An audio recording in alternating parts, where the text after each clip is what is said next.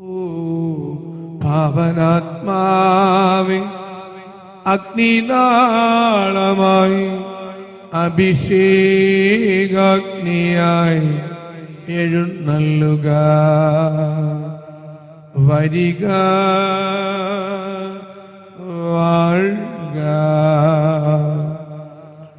ആത്മാവിൻ മാധുര്യമേ,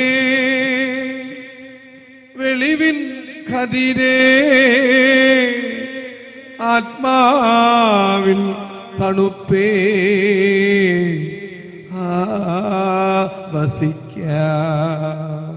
ഈശോയിൽ അനുഗ്രഹീതരായ മക്കളെ, പ്രഭാഷകൻ 1:20 കർത്താവിനോടുള്ള ഭക്തി ജ്ഞാനത്തിൻ്റെ തായ്വേരാണ്. അനേകരോട് നമുക്ക് ആദരവ്, സ്നേഹം, കീഴ്വഴക്കം, അനുകമ്പയും ദയയും സ്നേഹവും കലർന്നുള്ള പെരുമാറ്റം ഒക്കെ ഉണ്ട്.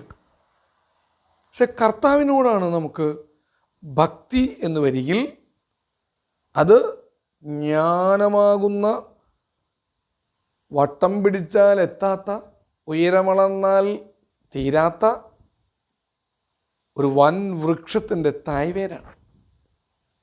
അപ്പം ഭക്തി ജ്ഞാനത്തിലേക്ക് നയിക്കും. ഭക്തി ദൈവത്തോടാണെങ്കിൽ ജ്ഞാനത്തിലേക്ക് നയിക്കുകയല്ല. ആ ഭക്തിപരമായ ജീവിതശൈലി, കൽപ്പനകളുടെ അനുസരണമാണ് ഭക്തിയുടെ ലക്ഷണം. കൽപ്പന ഏറ്റവും അടിസ്ഥാനപരമായത് സ്നേഹമാണ്. അപ്പോൾ ദൈവസ്നേഹം ജ്ഞാനത്തിൻ്റെ തായ്വേരായി നിലകൊള്ളുമെങ്കിൽ എൻ്റെ അരികെ നിൽക്കുന്ന സഹോദരനെ, ദൈവച്ഛായ പേറുന്നവനെ, അവൻ്റെ കുറവിൽ നികത്തി സ്നേഹിക്കുന്ന ഔദാര്യത്തിൻ്റെ, അനുകമ്പയുടെ, ആർദ്രതയുടെ, പങ്കുവയ്ക്കലിൻ്റെ ഒരു ജ്ഞാനം നിനക്ക് ലഭിക്കും.